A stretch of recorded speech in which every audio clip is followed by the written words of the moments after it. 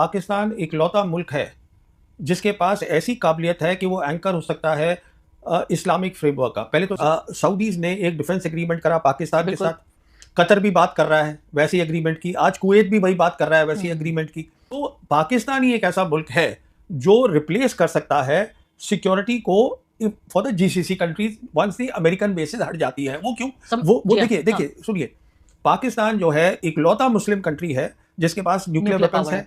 पाकिस्तान वो कंट्री है जिसकी डिप्लोमेटिक टाइज इजराइल के साथ है ही नहीं। पाकिस्तान वो कंट्री है जो ओआईसी की 57 कंट्रीज हैं, उनके वेस्ट एशिया में जो ओआईसी की कंट्रीज हैं सबके साथ रिश्ते अच्छे हैं। पाकिस्तान वो कंट्री है जो आज मल्टीपोलर वर्ल्ड में तीनों बड़ी ताकतें पाकिस्तान से बात करना चाहती हैं। पाकिस्तान वो मुल्क है जिसकी जो कन्वेंशनल कैपेबिलिटीज है, जहां तक वेस्ट का ताल्लुक है, जहां तक वेस्ट एशिया का ताल्लुक है, अमेरिका का ताल्लुक है, दे आर क्रेडिबल, वो बहुत अच्छी हैं। तो कहने का मतलब ये है कि पाकिस्तान, अच्छा एक बात आपको मैं और बताऊं, 17 जून को जब ये एमओयू साइन हुआ है, कई लोगों का इसका इल्म नहीं है कि 17th of June the MOU was sign. 23rd June को जो ईरान के प्रेसिडेंट है Pezeshkian, he made a visit to Islamabad.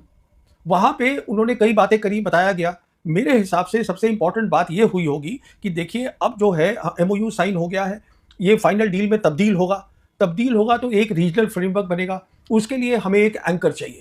तो जहां तक पाकिस्तान का ताल्लुक है, इसीलिए 14 और 15 जुलाई को, जब 8 जुलाई को डोनाल्ड ट्रंप ने फिर से लड़ाई शुरू कर दी, 14 और 15 जुलाई को field marshal Asif Munir he paid a visit to Turkey. हाँ, वो भी हमें मालूम है, रिपोर्ट किया था। वहां पर टर्की प्रेसिडेंट खुद उनको रिसीव भी किया। So they have discussed various, because they have, देखिए पाकिस्तान जो है आज उसके पास बहुत सारी इकोनॉमिक अपॉर्चुनिटीज हैं, फाइनेंशियल अपॉर्चुनिटीज है, बिकॉज आज वो एक बहुत अहम बन गया है regional player in West Asia.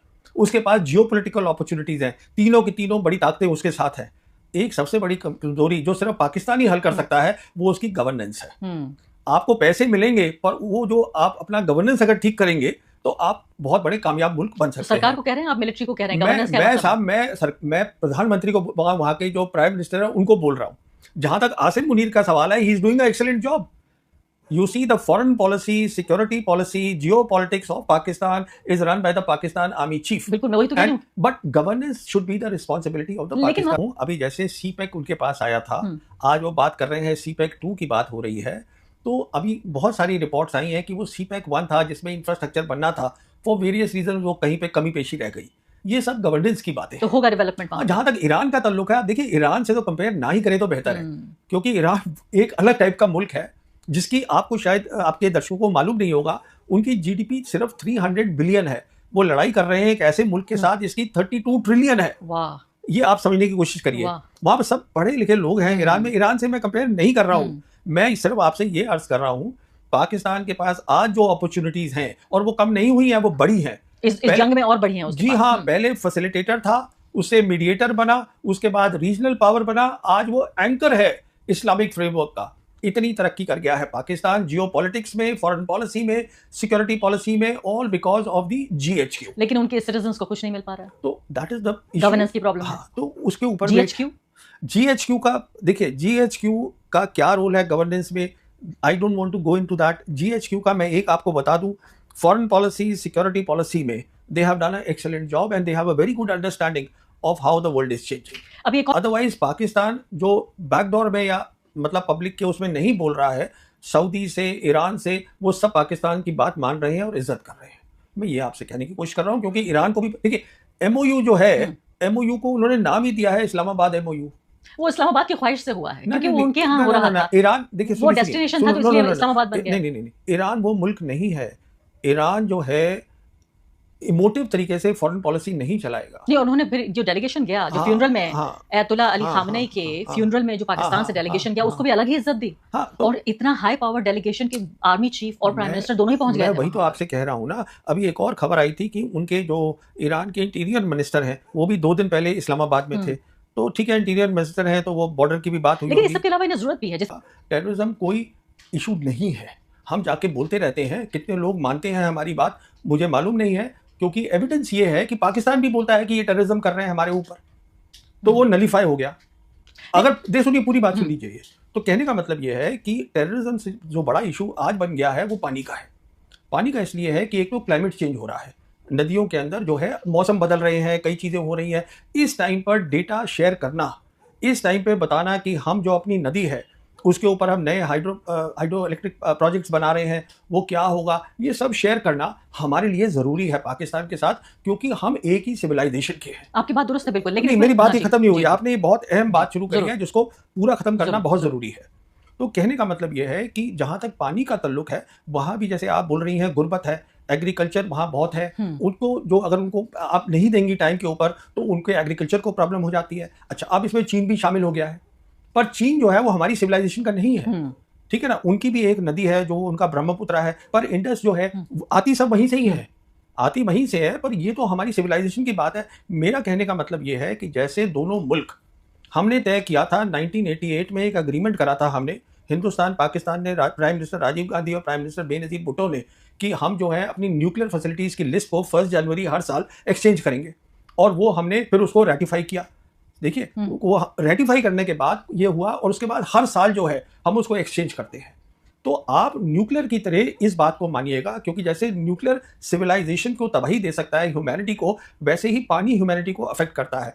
और अगर कल मानिए कि इसके ऊपर अगर जंग होती है, तो उस जंग में चीन भी शामिल होगा डायरेक्टली। ये आप इस बात को यानी समझिएगा। आप ये कह रहे हैं कि पानी के ऊपर बाकायदा युद्ध हो सकता है, जंग हो सकती जी है, हाँ, मैं और हिंदुस्तान और पाकिस्तान के बीच, और अगर जंग होती है तो उसमें चीन भी उसका पार्ट बन जाएगा। जब टेररिज्म पे जंग हुई थी, ऑपरेशन सिंदूर हुआ था, उस समय चीन डायरेक्टली शामिल नहीं हुआ था, मदद कर रहा था। हाँ, बिल्कुल। मैं आपसे ये कह रहा हूं, और ये एक इशू है जो मुझे रात को बहुत चिंता कर, I get worried, because I know that water Wars can turn into a hot war, और उस वॉर के अंदर China will get directly involve, क्योंकि वजूद का सवाल है, पानी तो वजूद है। अरे साहब, पानी की बात है। चाइनीज जो है, उनके जो विक्टर गांव हैं, जो उनके स्पोक्स पर्सन है, जो ईरान लड़ाई में भी बोल रहे हैं, जो हमारे ऑपरेशन सिंदूर में भी बोल रहे थे, उन्होंने साफ बोला है कि जहां तक पानी का ताल्लुक है, हम ऊपर बैठे हैं, आप बीच में बैठे हो, और नीचे पाकिस्तान है। बिल्कुल, और इसी बात पे शाम है।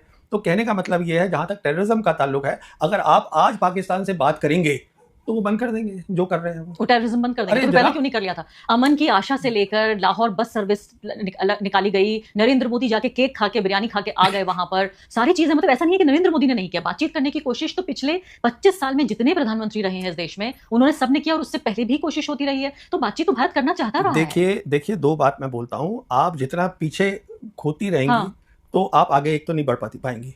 मैं आपसे एक सीधी सी बात कर रहा हूँ, आज वर्ल्ड मल्टीपोलर है।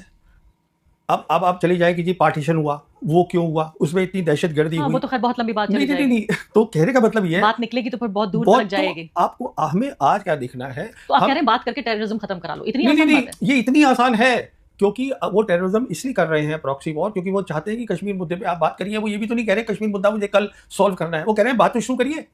वो सिर्फ इतना ही तो कह रहे हैं। कहता है वो कश्मीर पे बात नहीं हमने कह दिया कि कश्मीर हमारा है, और हम बात नहीं करेंगे, हम तो पीओके भी लेंगे उनसे। हाँ, तो वही बात है ना, फिर मसला तो यहाँ आ गया ना।